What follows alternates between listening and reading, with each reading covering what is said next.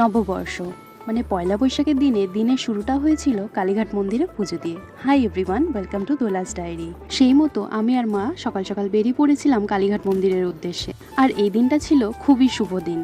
তো কালীঘাটে নেমে আমরা প্রথমে ফুল কিনে নিয়েছিলাম। আর লক্ষ্মী গণেশ দেখো তোমরা, আর এই দিনে তো এনাদের আরাধনা করতেই হবে, বিশেষ করে যাদের ব্যবসা রয়েছে। তারপরে মিষ্টির দোকান থেকে মিষ্টি কিনে আমরা দাঁড়িয়ে পড়লাম লাইনে। আর আজকে এর দিনে ভিড় ছিল প্রচণ্ড পরিমাণে, তার মধ্যে ছিল মাথার উপর সেই রোদ, আর আঁকাবাঁকা পথ শেষই হচ্ছিল না। তো ফাইনালি পুজো দিয়ে মায়ের দর্শন করে চলে গেছিলাম এখানে লেবুর জল খেতে, যেটা আমি কখনোই মিস করিনি। যতবার আমি কালীঘাটে এসেছি লেবুর জল খাওয়াটা হচ্ছে মাস্ট। তোমাদের কার কার প্রিয় এটা কমেন্টে জানিও।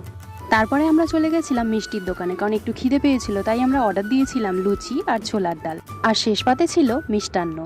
তারপরে খাওয়া দাওয়ার পরে আমরা দোকানগুলোতে একটু গেছিলাম, টুকিটাকি ঘোরাঘুরি করছিলাম, কিছু জিনিসপত্রও কিনেছি, যার মধ্যে মা এই সিঁদুরের কৌটোগুলো কিনেছে।